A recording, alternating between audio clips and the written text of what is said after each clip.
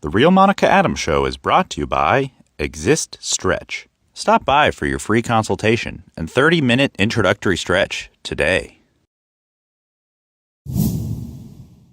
Well, good Thursday morning and welcome into the Real Monica Adams Show. I am your host, Monica Adams. Yes, it's rare that we are in studio on a Thursday. I'm loving this. We are in the Exist Stretch studios, by the way, and I am loving everyone that is reaching out to me, texting me, DMing me, stopping me on the street saying, okay, we finally heard you and we got in. So yesterday, Trisha from Exist Stretch was on with us, and we've been talking about the benefits of stretching. Yesterday, it was all about who should go, why assisted stretching. And I know that's the biggest part of the messaging is, can't I stretch on my own?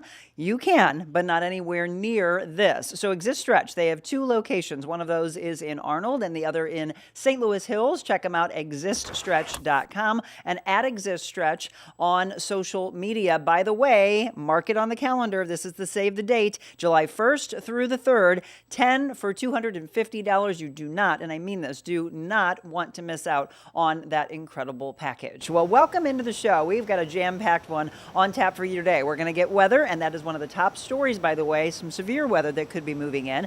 We have news you can use, sports, ready for the big USA game on tap tonight at 9 o'clock, and then we're going to get into three different guests. The first two are teenagers that we're going to talk about the recent awards that took place in New York. Now, they used to be the St. Louis High School Musical Theater Awards, so the Ken Page Awards into the Jimmy Awards. What are they all about? Shining the spotlight on incredible talent in our younger generation. And then, you know, I am the wife of a lieutenant with the St. Louis County Police, so big first responder family. We're going to bring in Rachel Stark, and she's going to talk about the health and well-being of our first responders. And so let's get to it. It's going to be a big show. First, we kick off with What the Weather. Good evening and welcome into this new More Weather Forecast video. My name is Beck Moore.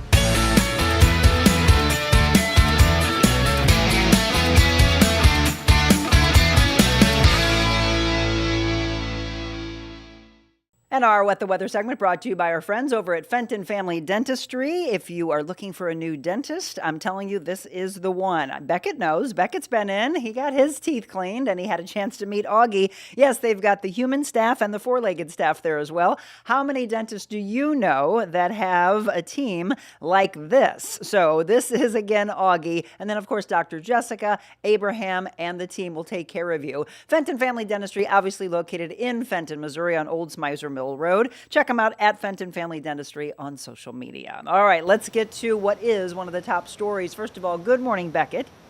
Good morning. How are you? I'm good, and I'm listening to the birds chirp where you are, and it just sounds beautiful. It is. It's very nice here. Well, it is now, right? I was looking at our friends over at KMOV, their first alert weather days that they're talking about. So some severe weather is what we're discussing here over the next couple of days. Is that right? Yeah, we actually are looking at some afternoon and evening storms today, and then we're going to see that again as we head into tomorrow. These are pretty low threats for storms, but we could still see some isolated damaging wind gusts and some small hail. Okay, so this is not anything to take lightly. Also, crazy hot weather is coming next week. So it's like goodbye spring, hello to summer in a very quick turnaround. So Beckett's on with us today because I will be heading off to Las Vegas for a business and a personal trip. So we want to thank him for coming on today, and then he'll join us again next Tuesday when hopefully all of this has subsided. So let me let you take it away. Our aspiring meteorologist, Beckett Moore, listen closely to this top story. Yes, looking at the current conditions right now, 72 degrees, so very nice morning, mostly cloudy skies out there, but then as we head into this afternoon, going to get up to around to 86, which is pretty around average for this time of the year for our high. But you do see we do have that thunderstorm icon as we are expecting scattered showers and storms as we head into this evening, this afternoon. And again, a couple of those could be severe, likely not all of them as it is a low threat for severe weather, but a couple storms this evening could be severe, so you want to watch out for that. Make sure to be tuning into the radar, into the forecast, and definitely having your phone nearby. Have a way to get warnings as we head into this afternoon and evening. Now tomorrow for your Friday, we do have an 80% chance of some thunderstorms and rain, and that's going to be throughout the day. Again, this is going to be scattered, so it's not going to be raining every single hour of the entire day, but likely you will see some rain. We'll see a couple showers and thunderstorms as we head into tomorrow as well. For your Saturday, kicking off the weekend, 87 a 50% chance of rain. This day is a little bit lower, and again, it's not going to be an all-day thing. Likely going to, again, see some scattered showers and thunderstorms as we head into Saturday. The rain finally gets out of the way by Sunday, but unfortunately our heat wave kicks off on Sunday as well. 95 degrees for your high, and if you can see these high temperatures right here, Monday 97 and Tuesday and Wednesday looking at 98 degrees, and those heat indexes will be of course well above 100. So these are the days where you want to stay hydrated, spend time in the shade, and don't spend long periods of time outside, especially in the sun.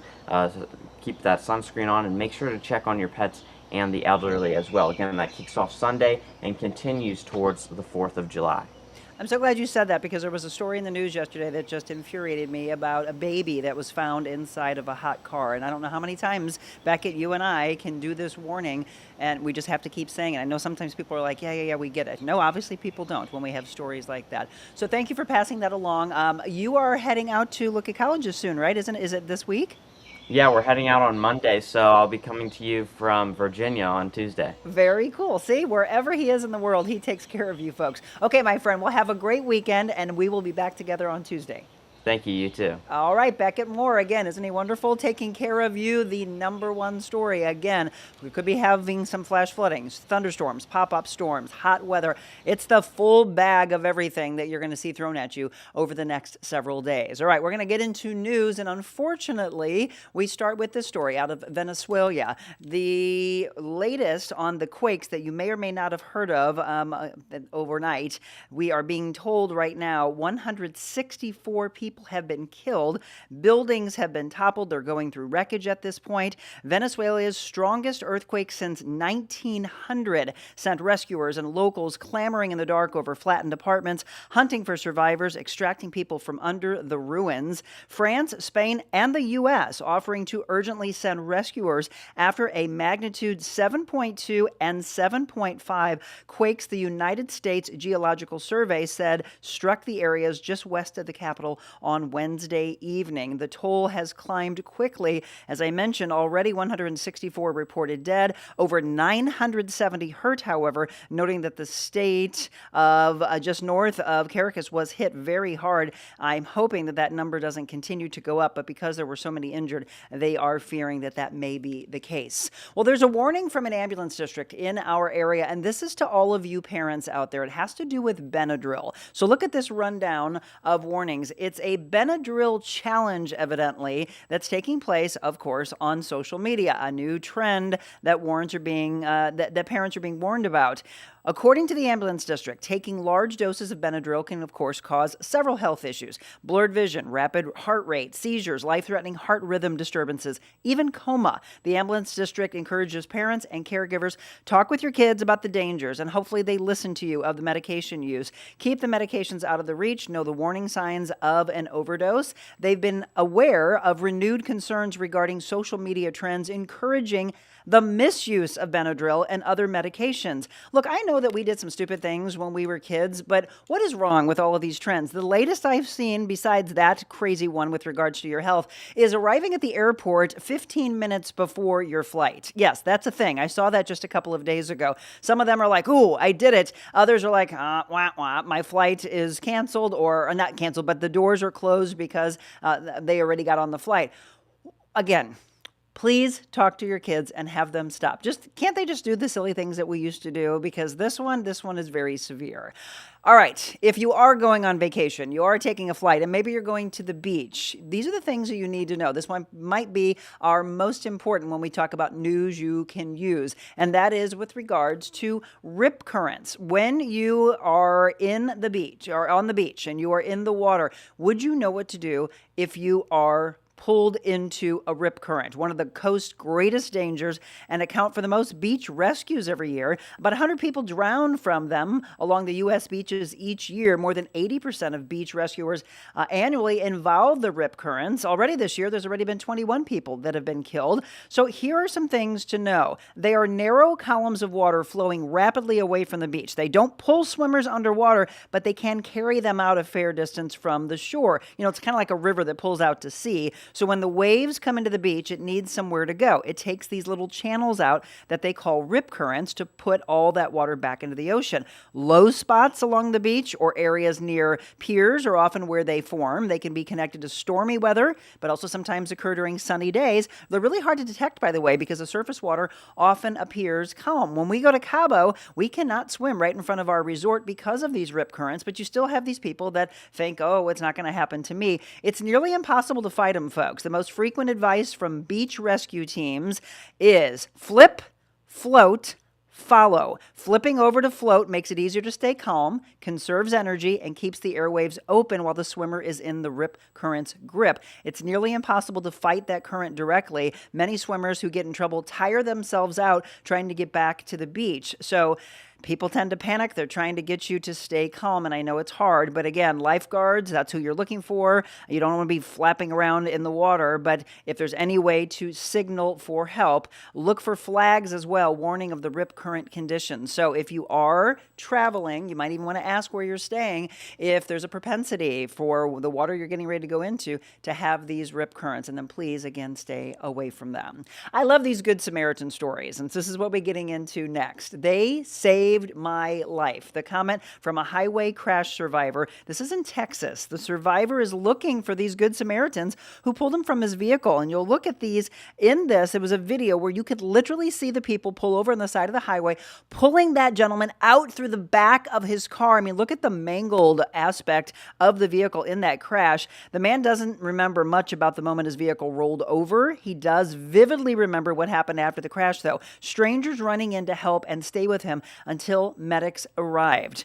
The doctors told the 23-year-old father of two that he suffered a severe concussion. His head was literally split open at the top. It happened on Wednesday on Highway 6 in Brazos County, Texas. And now he is looking for these Good Samaritans. And I'm telling you what, this is the one thing that I love about social media is that when people see these, that they get a chance to track down those people because he wants to thank them. In fact, the family's created a GoFundMe to assist in his medical bills. He's so young, obviously, to support his family as they navigate the difficult times. So, incredible story. See, the human spirit that's out there. There is good in our world, and we always want to make sure that we bring that to you. You also probably question, should I use a debit card or should I use a credit card? Well, if it comes to protecting you, authorities are saying credit card. That is for the aspect of fraud. Also, when you're going to certain places, what should you use? Gas stations, convenience stores, credit cards. Booking travel, the same thing. Shopping online, buying big ticket items at bars and restaurants. Bottom line, that camp deposit scenario is a clear illustration of why credit cards carry less risk. On a debit card, the disputed amount would have been locked up in a checking account for days or weeks. So, yes, I know it's the instantaneous aspect of wanting the money straight out of a debit card, but if something happens, you want to be protected. And for that case, it's the credit card. All right, we haven't talked about Travis and Swifties in a long time, but we are now because the cat is out of the bag. Taylor Swift wedding rumors are swirling. All signs are pointing toward a star-studded Madison Square Garden blowout coming up not this weekend, but the following July 4th weekend. There's evidence of the not-so-secret wedding abounding. In fact, the comment is that there are going to be at least 2 matrimonial events over the July 4th weekend. Literally an 820,000 square foot arena and an intimate gathering inside of that on July 2nd of 100 people, and then maybe a splashier soiree with a possible stage appearance on July 3rd. That is the latest for all of you Taylor Swift and Travis Kelce fans. It looks like it's finally going to happen. It feels like we've been talking about this for like 3 years. All right, in sports, we've got the Cardinals in action at Busch Stadium over the next several days. The Cardinals unfortunately lost. The final score was 9-4 to the Diamondbacks. They are in action. They will be playing Arizona again today at 6:45, and then they get into their series against the Marlins that kicks off tomorrow at 7:15. I mentioned I cannot wait to watch. It will be a late one, so maybe I'm going to have to wake up and see what the score was. USA playing Turkey. Turkey, if everyone's like, isn't it Turkey? It's Turkey now, is what they're were saying, 9 p.m. tonight. It is a late one, and we are so hoping that Christian Pulisic will be playing. You know, he played in the first game, had a calf injury. He said he feels great and is hoping to play for the U.S. in the final World Cup group. So I'm sure there will be huge cheers if, in fact, you see him take the field. All right, National Day of Calendar, and this one is fitting because we're going into summer. So if you like bomb pops, it is your day today. National Catfish Day, National Leon Day, National Strawberry Parfait Day, and National Handshake Day. There you go. 15 minutes in, all caught up to date. Now we get a chance to shine the spotlight on our teens. We're going to talk about the Ken Page Awards, the Jimmy Awards. Literally, these kids just getting off of a plane. We're going to find out what the Jimmy Awards are all about and their incredible talent. And then we're going to focus on our first responders in our second part of our show today. So we've got a jam-packed one. You ready? Buckle up. It all comes up for you next.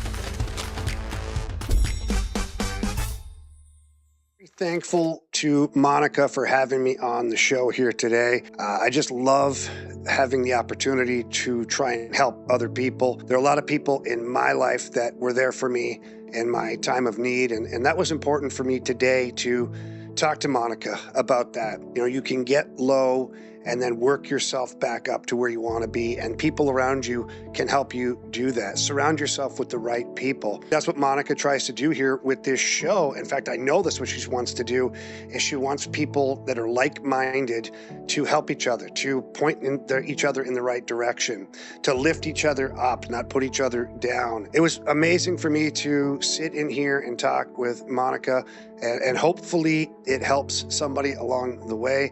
I know that every show that she puts on is fantastic. It's worth your while to be tuning in every single day. Don't worry about some of the negativity around the world, whether it's on TV and this, that, the other. Tune in here to Monica and let her tell her story as well as her guests tell their story. There's always something that you can get from somebody else. And if you pick up just one little thing that helps you, that makes this a success. And that is why I'm here with Monica today.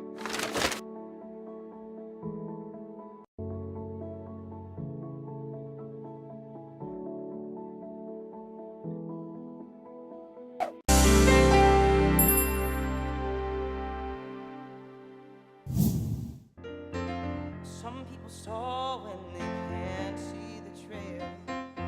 Some people freeze out of fear that they'll fail. But I keep rolling on. Oh, maybe I can't follow through. But You know, I always wish you could see what happens in breaks or the things you don't hear, because it's sometimes the cutest thing. So let me introduce you, first of all, to Langston Casey and Julia Gerling. They are my guests. And out of Langston's mouth was, hey, that's me. It was so cute. First of all, thank you for waking up early. I know it's a big deal when we are talking with our younger generation. Sometimes it's like, holy cow, this is early. But Julia, you had this big smile on your face and like, it's okay.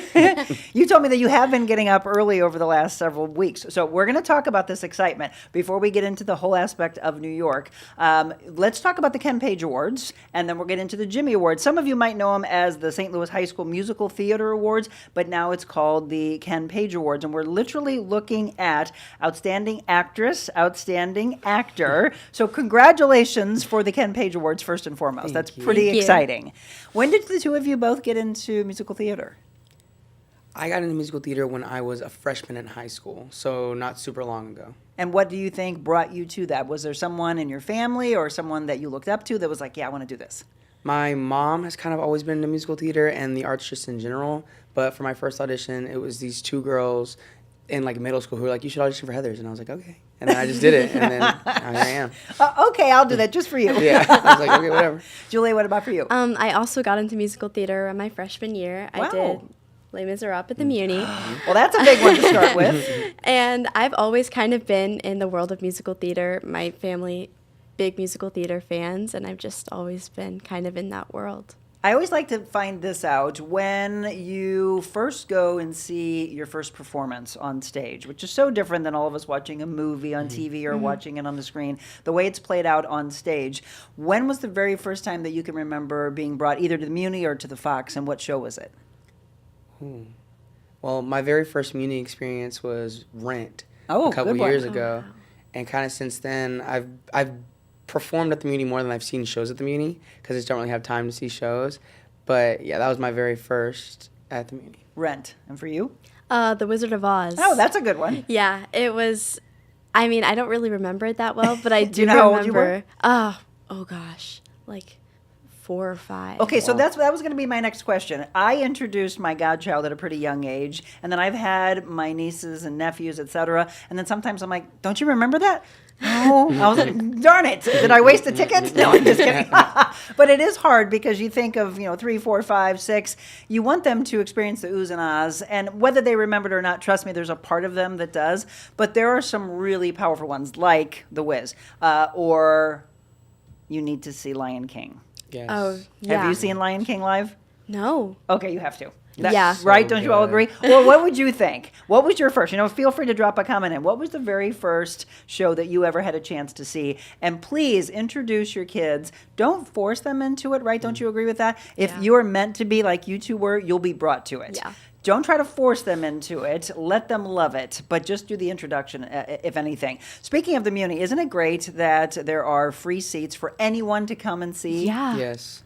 It's really remarkable, especially with how high quality the shows are and how Broadway can sometimes be inaccessible because the tickets are just so expensive to find a place where these are Broadway level shows and you could come see it at any time. Absolutely. I had a chance to see Hairspray. Shrek, I believe, opens up tonight, Yeah.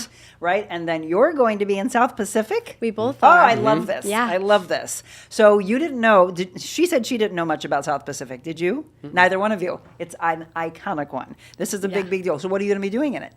We are both in the teen ensemble, and it really depends on what the director's vision is. We could be dancing a whole lot, or we could be dancing very little. I'm excited either way. All right, so let's talk about these awards, the Ken Page Awards. First of all, who wants to tell our audience what the Ken Page Awards are all about?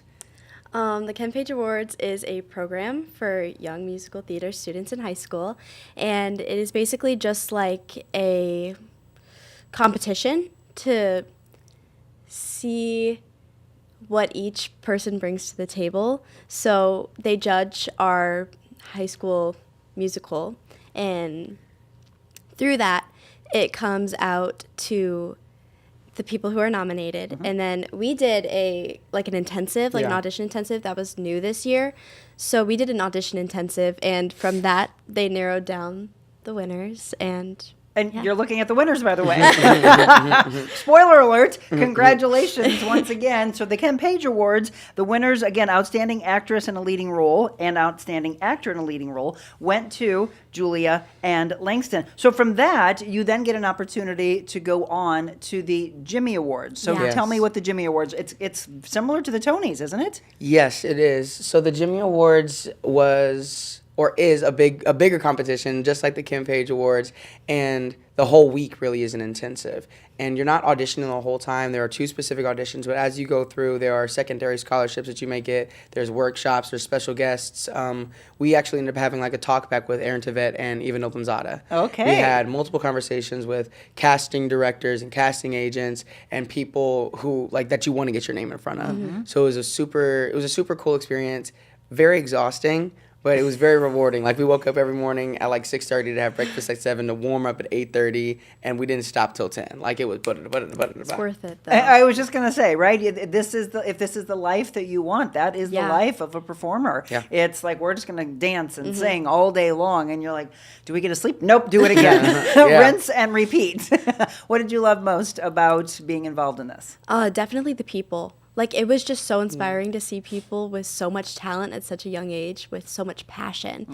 I feel like theater needs more rep. We need Yeah. to be able to show people that this is a true art and that it's so important Yes. to America's history and history is just in general. It's Absolutely. so influential to see people so young being able to do such great things at such an early age. It is. And obviously, it's very competitive. Look at that, first of all. Can we stop on that? That might be my favorite picture that was sent over to us. And then, not even so much, if you are able to, on your phones, zoom in on this picture, it's the faces in the background. Right? It's the, oh my. That's so are you funny. really doing that? I love that. Don't you agree? It's Yeah. like the response of how in the world did you get up like that? I mean, I can't even wrap my brain around how hard that is. So the competitive side, though, let's get into this. It could be very cutthroat. It could be very, we always talk about, and it's unfortunate. And then our whole show, by the way, is all about kindness, especially when we see how young girls are to each other, how young boys are to each other, how generations are to each other. Yes, it's competition, but it really should be lifting up. And then if somebody gets a spot and a role that you would want, you level your own game up, right? Yeah. Kind of do me a favor, and both of you separately, give me your feedback on that, because I want to hear from the younger generation of how we can start to change the mindset of how people feel in a role of competition. I think it really comes down to just the educational part of it, with how the Jimmies really succeeded in making it, like, though it was a competition, it was very educational, is they taught us so much. They had everyone on the same playing field. Everyone came in. We were all winners at something. We all made it to the Jimmies, and then we just moved through together. I made so many, I love the Jimmies because I made 115 new friends. I made so many friends and so many connections, and even though I didn't win, I still got pretty far. You were And a finalist. Yeah, I was a finalist, and even outside of being a finalist, it was it was a culture in the community. When you have people who are all striving to grow and not striving to win, it's very different. So I think as a society, if we move forward understanding that it's not all about the winner, it's not all about winning, that anybody can be successful, it helps us all. Did you all get a chill, by the way, when he said striving to grow? I thought that was very profound. Again, if you're just tuning in, The Real Monica Adams Show, welcome to all of our new viewers that are going to be able to see this live, or a lot of you get a chance to see it later when you get up and you're moving around. Welcome to the show, by the way. Please come back for more inspiration. Langston Casey, by the way, graduated from Grand Center Arts Academy, will be attending Carnegie Mellon University's Suite in the fall. He won the Ken Page Award for Outstanding Actor in a Leading Role for his portrayal of Seymour in his school's production of Little Shop of Horrors, and was a finalist, as we just mentioned, at the Jimmy Awards. Julia Gerling, rising senior at Union High School. She also won the Ken Page Award for Outstanding Actress in a Leading Role for her portrayal of, and don't you just look at her and think she's Ariel, in her school's production of Disney's Little Mermaid. Julia, as I mentioned, I wanted both of you to address that. So from that competition side, from what we could see as mean girls, how do we keep kindness alive? I definitely think that it's easy to get into a mindset of I'm not good enough and this is a competition, so I have to be on my A game and always be fierce competition. But I definitely feel like it's more about the experience. And it doesn't matter if you win, it doesn't matter if you lose. We're all striving towards the same exact goal. So we just have to be kind to each other, because it's hard to find people who are so connected and interlocked in this society. So I definitely think that musical theater people especially, we all have a connection with each other that others don't have. Right. So it's very important to stay together and really just be with each other. And support and lift each other up. Good. As Julie just said, it's so true. Not everybody can be in that winning role. Not everybody can be, we think about the Olympics, on that top stand. But you look at the cultures, you look at the people being brought together of so many different walks of life, which is what I absolutely love. So let's talk about some of the productions. So obviously we just mentioned Ariel, which I just really think you just seem to fit perfectly for. What would be your dream role? Oh, goodness.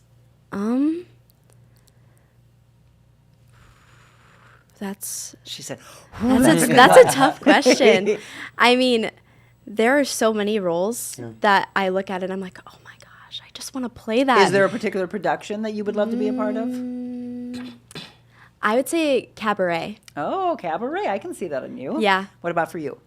I think off the top of my head, I'd want to be Orpheus in Hadestown on Broadway. Okay. I think that would be a lot of fun. Or Gatsby in The Great Gatsby. Oh, I love Gatsby. I want to see you in Hamilton. I feel like Hamilton, right? Yeah. Don't you? Yeah. I'd be down. I'd be down. What is the toughest thing about performing? The toughest thing about performing, and I would say being a performer, is the mental health side of it. Like, I definitely can say over this week, I had to learn to trust myself, and I've needed to learn that for a long time, because I'll just get so in my head, because you just set such a high standard of excellence for yourself, and when you feel like you don't hit that standard, it can be really heartbreaking, but the reality can be very different. So I think that's the hardest part about being a performer. And I'm gonna give you a little break here, and I'm always telling people to give yourself some grace. One thing that I truly love about your generation, younger and just slightly older than you, is the fact that you literally are talking about it, Langston. You are sitting in this chair and you're putting it out there. Something that my generation and those before us never would. I mean, it's a scary thing to think of how isolated and alone people were, because they never wanted to say that they weren't okay. And if there's anything great that's come out of these last 6 years, especially when we were all forced home during the pandemic, is suddenly all over social media, don't you agree? Everyone started talking about mental health because we couldn't get with people. And so we always look for the positive side of things, but that is the one that I love, is your generation is truly teaching all the generations that have been before you. So thank you for that, by the way. Thank you for putting it out there. But you're absolutely right. What do you think is the hardest thing about performing? I think definitely keeping up appearances, because there are times that you really don't want to be. There are times that you're going to go through stuff and you don't want to be on stage performing for a bunch of people. And I think you really just have to lean into the delicate side of it and learning to be open and trusting yourself, so that you know that it's okay to go out even whenever you're at worst, because you kind of just leave it all on the stage. I've got a book for the two of you. It's a very quick read. It's by Don Miguel Ruiz, and it's called The Four Agreements. And one of them is always do your best. But understand, as Julia just said, I might be like so exhausted from the night before, or from multiple performances, or I might be running a little bit of a headache or a little minor fever, and you're like, well, I can't do my best. It is your best for that particular day. And that's all anybody could ever ask of you, is to give us your best. So let that roll off of you, right? You're going to do great. So the two of you are in South Pacific. What else is on the horizon for you? Well, in the rehearsal process for South Pacific, I do start up rehearsals for another show that I'm in. I'm in Rent at GCPA. Oh, okay. Which goes up, I think, August 9th, and just around that realm, I'm playing the role of Roger. Okay. And for you, Julie? I'm in Meet Me in St. Louis at the Muni. Another great one. Yeah. That will be really, really fun. You talked earlier about history, and I mean, you're getting into some historical ones for sure. Oh, yeah. Let me see. I'm going to go to comment section. Anybody that wants to say anything to these two, please drop in a comment. When he said strive, I mentally wrote that down. Oh, see? I love journaling, by the way. You know I love to journal. What awesome young people. Don't know them, but so proud of them. Absolutely. Wash the man right out of my hair. Love it. We saw Singing in the Rain at the Muni. It also rained. Oh, that's funny. Rose said South Pacific. I'm old. Yes, South Pacific is a fantastic one. So if you are just tuning in, once again, we were talking about the Ken Page Awards, the Jimmy Awards that they both just got a chance to experience, Langston Casey and Julia Gerling. So New York, just come on. It's amazing. Had you been there before? Yes. You have? And both of you have? Yeah. What did you pull out of your experience this time, though? I can't even think about it. So much of the time that we spent in New York was like, it was really short, or it was on the way to somewhere that we were needed to go.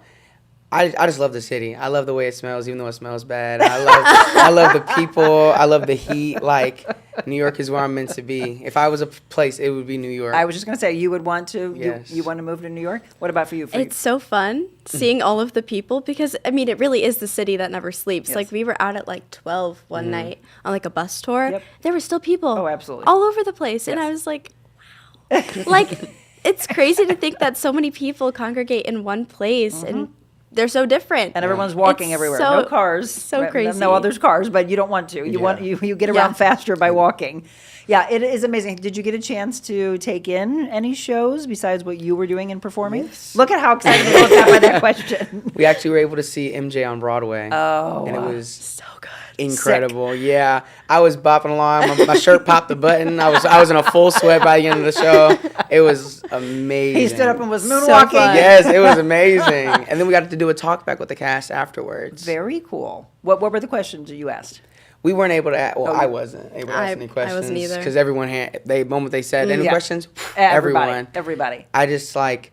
A lot of what they spoke about was separating career from passion and understanding that this will be your job at some point and it won't just be for fun.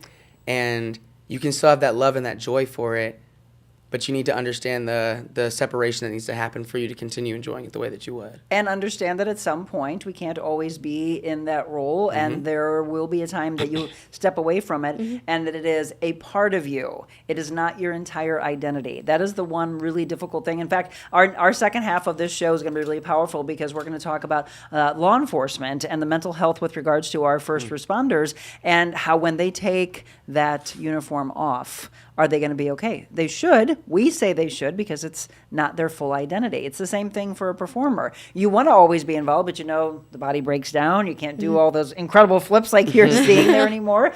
Enjoy it while you're young, by the way. You'll feel it all as you get older. Well, again, super excited to meet the two of you, and I can't wait to see you because I'll be in South Pacific. I'll be the one screaming for you. No, it's going to be a lot of fun. So you are in doing your sessions, right? And doing your practicing for South Pacific right now, or getting ready to? We start today. Today? Yeah. Okay. So how many hours a day do you do that?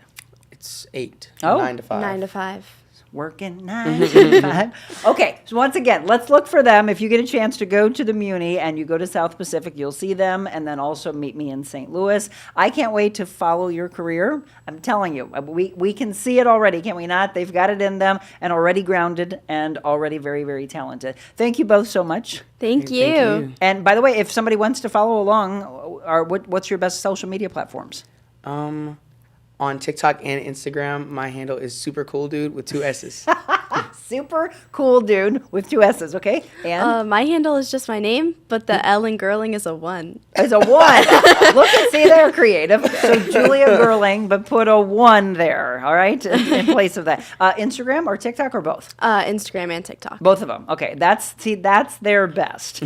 For me, it's like we have Facebook and we have Instagram. I do some things on TikTok. I probably need to do more. I actually had a girl who did my hair the other day, and she's like, "Will you please do more TikToks? Because the one that you did with one of the country music artists that you had on," she's like, "we were cracking up," and I was like, fine, we'll do more. So you guys keep in touch with me and tell me if there's a TikTok you want me to do.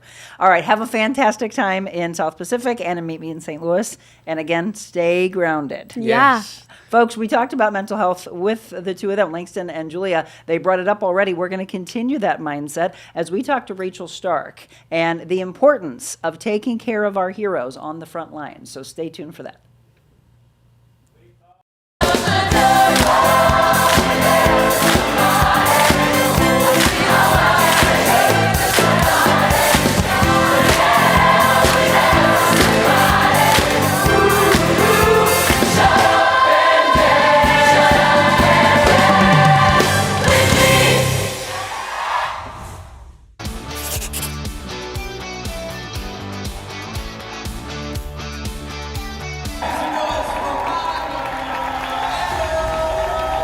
You guys, are we ready to raise some big money tonight?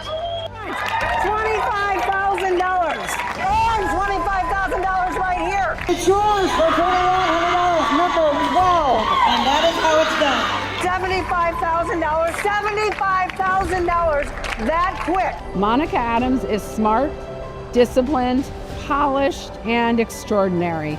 She comes with enthusiasm. This is what I love. Whenever we are bidding, it is always to see who you get to be involved with. It is a great time. It is equally entertaining as it is advantageous for fundraising. Get ready to scream your heads off because this is going to be a lot of fun. She brings so much energy and so much passion, and she's a delight to have as part of our IWA family. We're bidding at $1,000 and we'll go from there. $1,500, $15,000, $3,000. Yes, there we go. Yours for $4,500. Sir, if you will also give me $4,500, you can also go. And there's $9,000. There it is! $9,000! Right like that. She is so engaging and energetic, and she just brings a spark to any event she's part of. I so appreciate the teamwork. After 5 seconds, I feel like we're best friends. I can tell she is a team player, and she really wants to advocate for the organization. Truly, you have the most incredible energy, and of my 15 years of auctioneering, you are one of my favorites. I hired Monica Adams because she is full of energy, she always comes prepared, and she's the real Monica Adams. One of the things that I love about Monica is her ability to put a room very quickly at ease. She also is a very passionate individual, which comes across really well on stage, also one-on-one with her. She can set a crowd at ease so quickly. She has a very spunky personality and such a go-get-'em attitude. I really look up to her in a lot of ways. Monica, I really love the way you run this auction. I really do.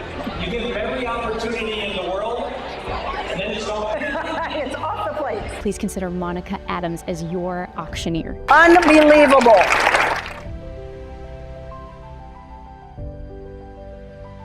To hire Monica Adams as your auctioneer, email info@therealmonicaadams.com.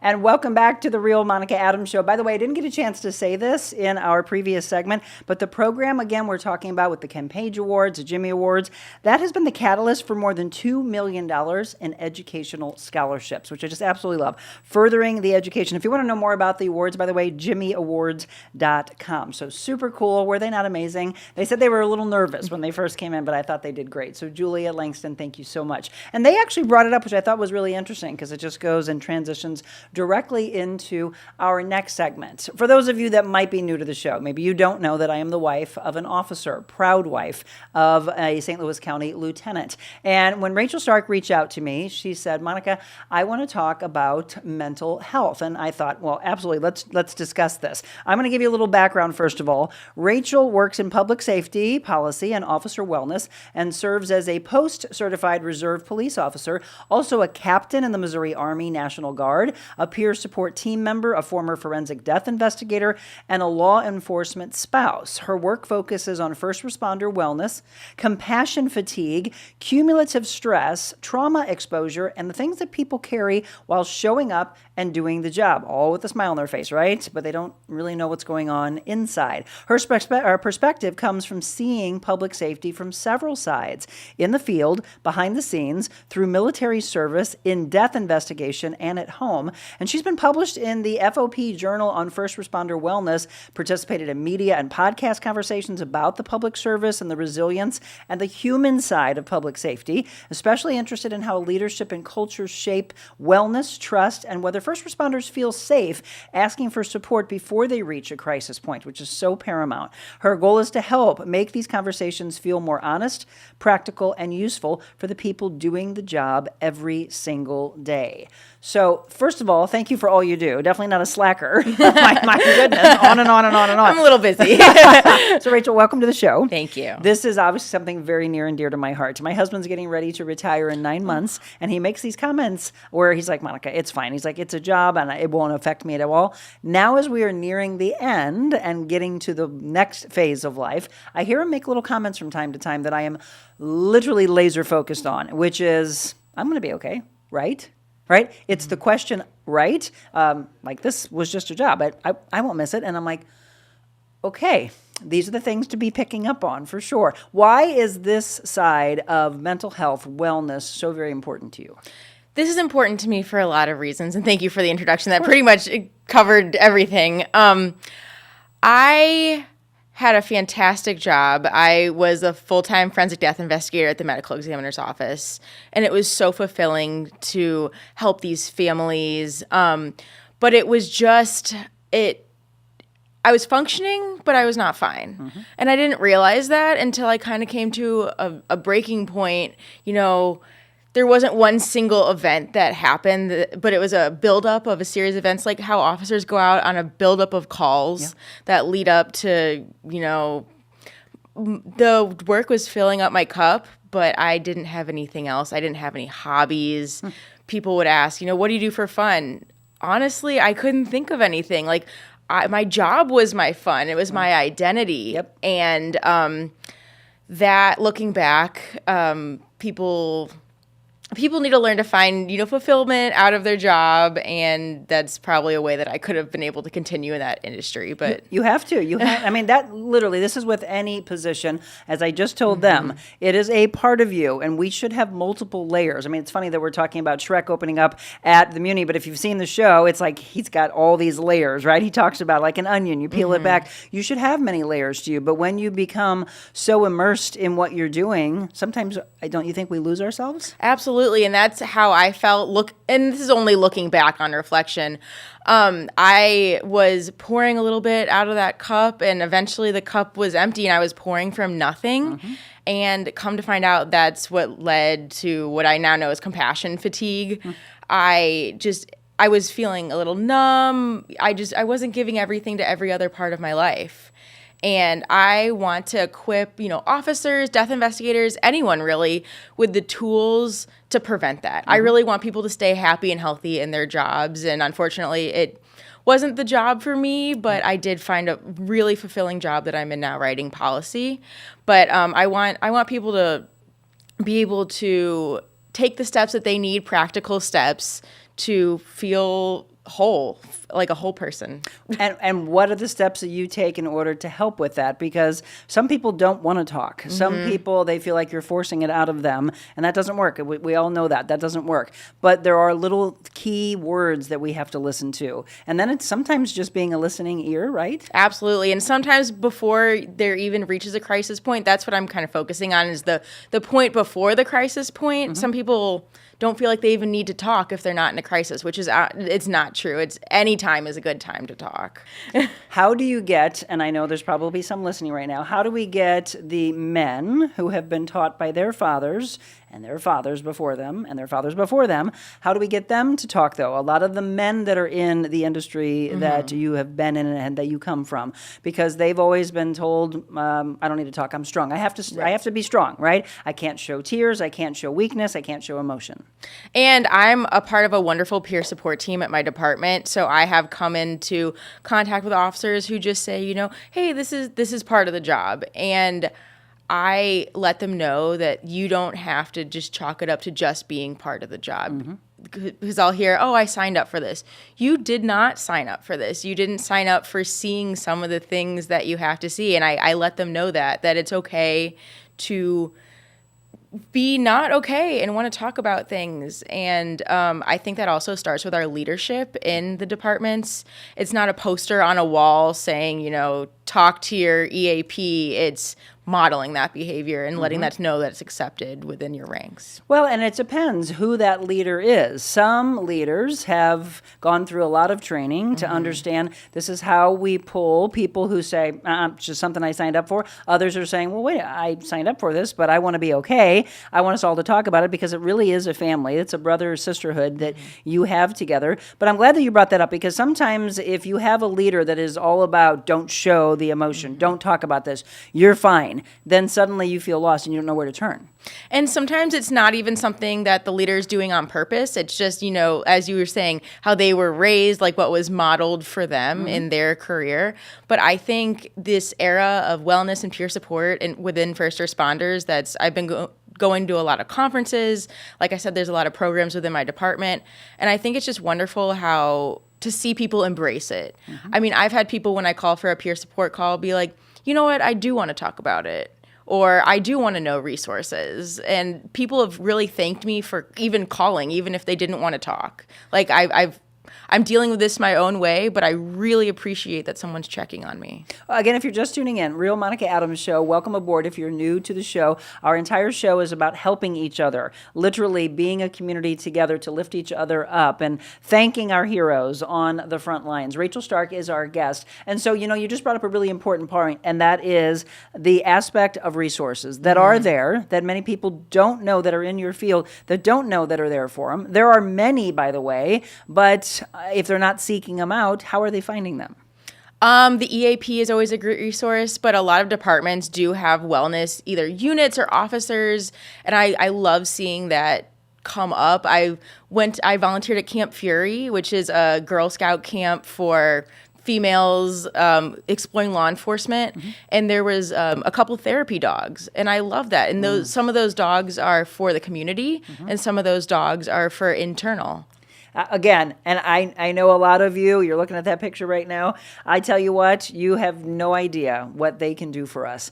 They are little miracles that are on this earth that we have to be thankful for so many reasons. So it's beyond the individual that's on the front line. What about all of us, the support group, the families, the wives, the parents, the children, multiple levels of the family? What should we be looking for that we can then step in and help? Well, my husband is also a deputy, and he noticed when I was taking a little bit more PTO than usual when I was, in the death investigator job. He wanted to know, is everything okay? He would check in with me. Why are you taking more PTO than usual? And it wasn't for an event or anything. It was just to sit at home and not be at work, honestly. And that was one of the signs of one of my wake-up calls, because I looked so great on social media. It looked like I was going and doing things and living my life. But then I would just take PTO because I just wanted to lay in bed. I was just going to say, when you took the PTO, did you even move? I mean, I always work out, but but that is important. You have to. Okay, there we go. We're going to go back to you saying in the beginning that you didn't have a hobby. By the way, that was a hobby, but you didn't see it. Right. You just kind of sometimes just go through the motions and be robotic. Absolutely. It's important though. But there was a beginning phase of a hobby for you. That was an outlet, a healthy outlet.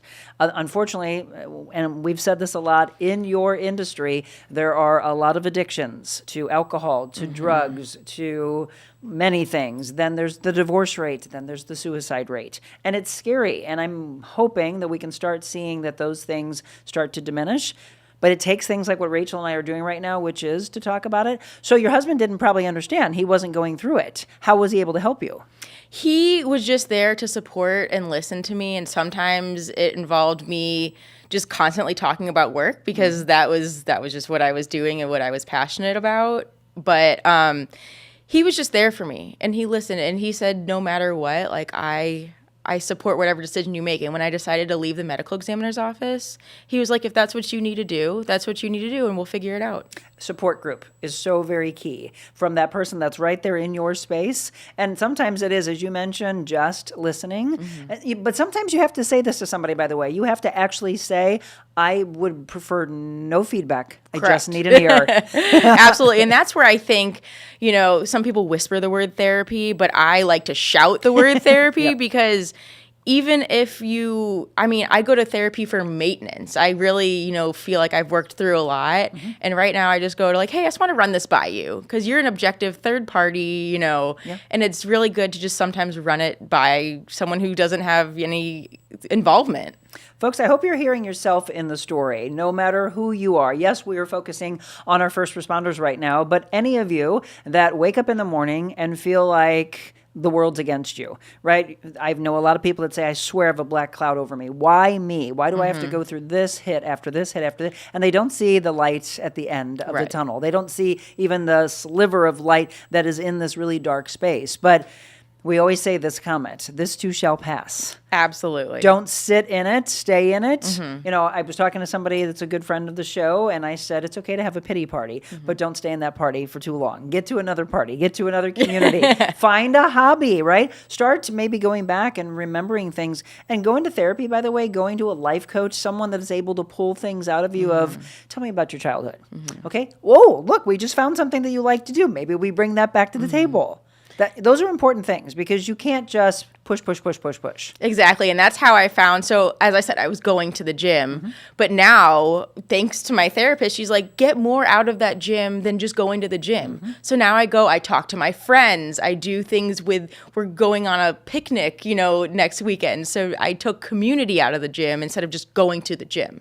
Well, even going to the gym sometimes, because it's so commonplace for us to, if you're like me, and when I was growing up, it was always lift, right? You like to lift. Sometimes you got to slow down and do the mind-body aspects of Pilates, yoga, bar classes, which is things where you're like, that's so foreign. But introduce yourself. If you don't like it, you don't like it, but at least you have an introduction to it. That has a tendency to allow you to slow down a little bit as well. So when did you decide to make, after you talked to your husband, how long ago was it that you stepped away? It'll be about 3 years now. So take me back to 3 years ago to today. What is the greatest changes you've seen in the evolution of your life? I have so many hobbies. My calendar is so full.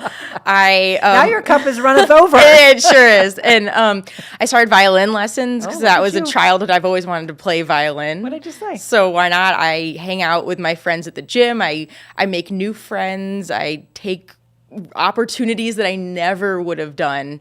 And I'm trying to get everything that I feel like maybe I missed because I was feeling a little numb, and now I'm just opening myself up.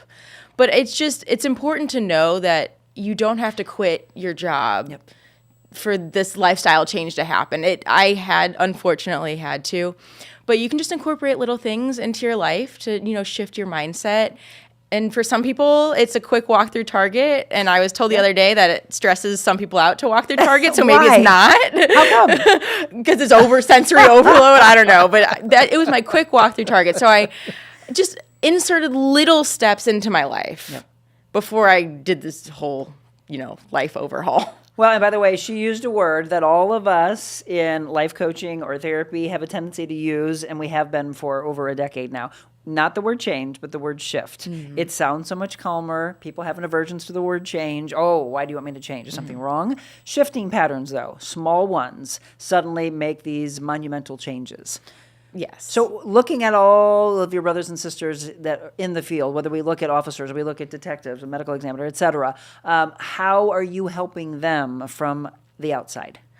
I just want to speak to anyone that felt or feels alone, because I felt very alone in my, in my burnout, in my compassion fatigue. And it was crazy because I knew logically that other people were going through this, that it's unfortunately common. And I do want to break that. But I want people to know that they're not alone. And if me speaking up tells somebody that they're not alone in their journey, that's how I can help. And I'm also helping through the peer support team. And I'm not a clinician. I didn't go to school for this, but I'm just so passionate about helping the people that help us. Well, and that's why we always ask for you to share the shows so that others who may feel the way that Rachel does, they can see like, oh, there is something out there for me. Where would you tell them to go to be able to find this kind of support and community?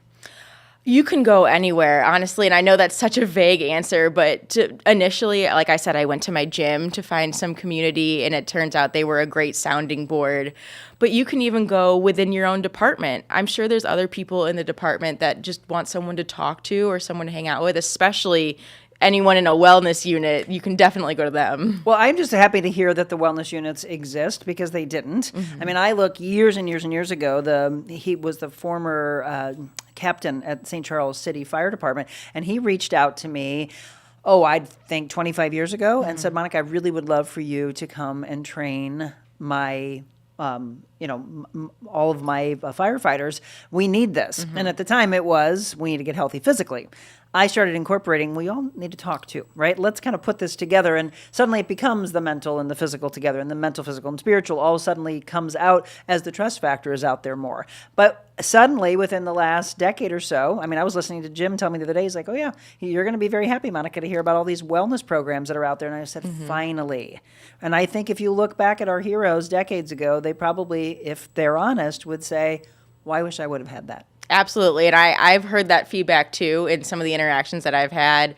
But people are just overall happy that this exists now. And I think especially this generation coming in, they're just used to this support. And I love it because they're very accepting of it.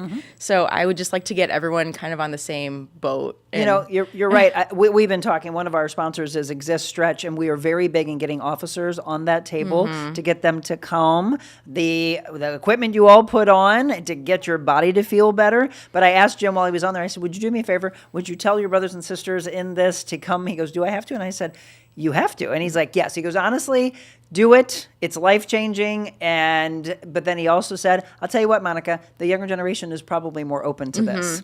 So you both just said the exact same thing. And I'm happy to hear that, by the way. Zach does have something that I just saw you pulling up, and we'll put this up on the screen because it's very important. If we can save a life today, 988 is the Suicide and Crisis Lifeline. And there is someone on the other side of that line is there to help you. Please understand that you matter. You are important. And sometimes it's just an ear, as Rachel said, to listen. If you don't feel like you have it around you, or you feel embarrassed or shameful to speak with someone that you know, then please call that line. Rachel, you're doing great work. And again, it's very easy to say, oh, do I feel shame or embarrassment because I walked away? No, that's strength. And I hope you see that. Rose said she's so inspirational. Target is many of my friends' therapy. I mean, sometimes it's what you got to do is incorporating those little things into your day. Yes, absolutely. And she just said thank you for being so real. Right. That's what it's all about. Yeah, we'll put this up on the screen. By the way, if you want to reach out, you want to thank Rachel on your own, here's how you can find her, reach out to her, and maybe she can help out, or maybe she can lead you into different directions. So I'm going to let you, at the end of every show, we do a devotional. I'm going to let you choose 100 Days to Freedom books, right? We're trying to break people from fear and anxiety. That's one. One is shame, depression, anger, or 100 Days of Healing. What are you feeling? Healing. Absolutely. All right. She says healing. Rachel, thank you. And I appreciate also Langston and Julia for being a part of our show. When we come back, we're going to do healing, and then we're going to tell you about the two things coming up in the month of July that I want to be a part of with you joining us. One of them is on July 14th, and one is on July 21st. So stay tuned for that, and we'll also let you know what's coming up on a Foodie Friday. So every step that led me to where I am now, I wouldn't trade it for the world. It has built up my resiliency. It has taught me valuable lessons. Sometimes in the moment, they're not fun and I'm crying in a CVS parking lot. I truly believe where I got today with my happiness and my relationship and just my friends is because of the setbacks and the things I had to work through. Because in the moment, I wish I wouldn't have had to deal with all those terrible nightmares. But since I did, it made me a stronger person, honestly. And I know how to cope with things better, I guess. Yeah. Absolutely. You get better at dealing with those things once you start going to therapy and you see how to process things and do all these things.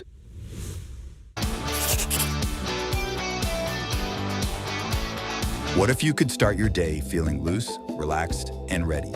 Deep Hydrotherapy right in your backyard. Relax with your family or friends, or work out with our Michael Phelps Edition Swim Spas. Worried about maintenance? We have factory-trained service nearby whenever you need it. Plus, we're here for you long-term if you have any questions or need to refill supplies. You can even test spas at our showrooms. Spas and More, A+ rated, locally owned for 20 years. We put the ah in spa.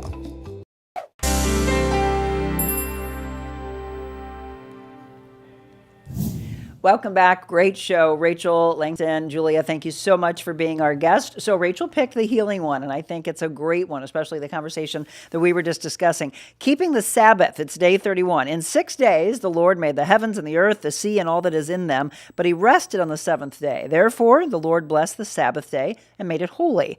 Without the Sabbath, we can become too hurried and frantic. Those of us in pursuit of wholeness especially need the Sabbath to take a break from the hard work and the roller coaster nature of healing. However, Sabbath is difficult to implement because it is countercultural. We no longer have blue laws, which required that retail establishments, we were just talking about Target, be closed on Sunday. Kids and adult sports teams practice and have games on Sunday. Even some churches tend not to treat the Sabbath well. They fill up Sundays with service and lunch and life groups and meetings. Of course, since Jesus fulfilled the law, legalism is not why or how we should keep the Sabbath.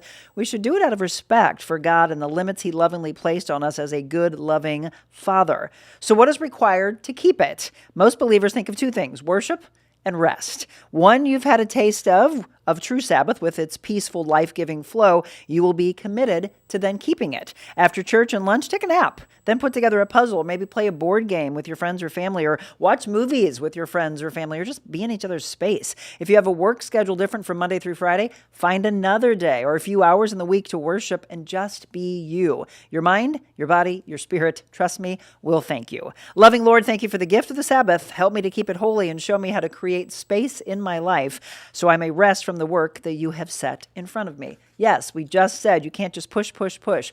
We need that release. Folks, thank you. And do me a favor, if you came in here at the end of the show, and we know, again, not all of you can watch the entire show live, come back to these shows. We put a lot of work into these. We have great guests that tell their stories, and then I want you to share those with your friends and your family. Thank you to each and every sponsor that's been a part of our show from day one. Some exciting news coming up about new ones coming on in July and August. But thank you to all of those that have been with us for many, many years now. And for those that book us for Mobile Monicas, like Jan Kaufman has done. July 14th, we're going to be at the Porch in Wildwood. And while we will be there having fun and shopping and showcasing the incredible every aspect of the interior design work that she does and all of the wonderful chairs and throws and pillows and jewelry and candles. Oh, I'm going to debut the candle, by the way, in just a second.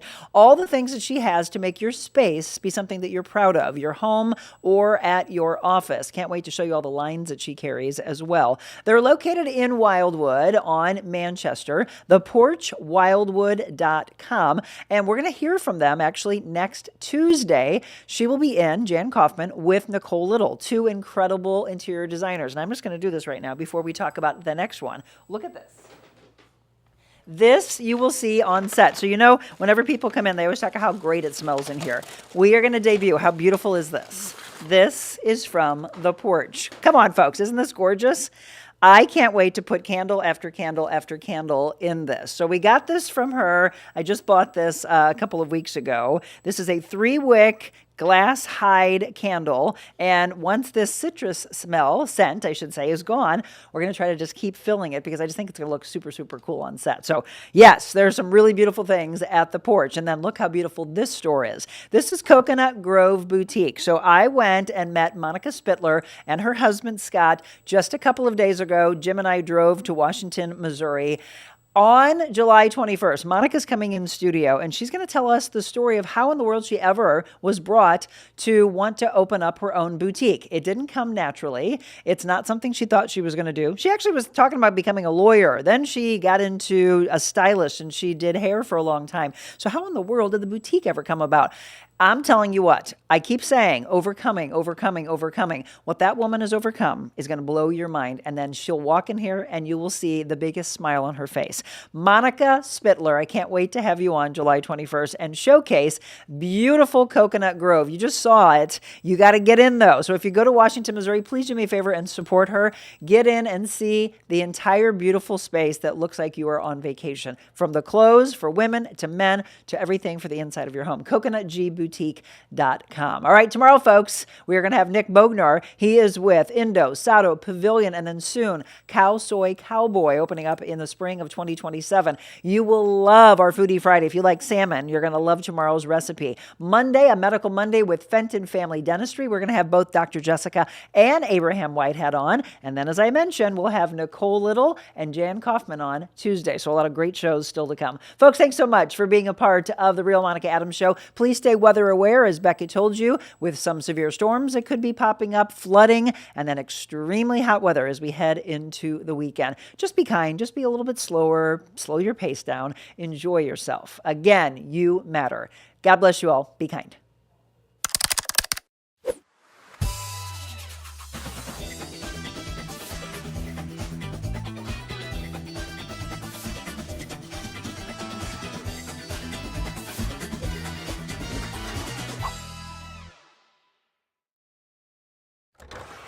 The Real Monica Adams Show is brought to you by Exist Stretch. Stop by for your free consultation and 30-minute introductory stretch today.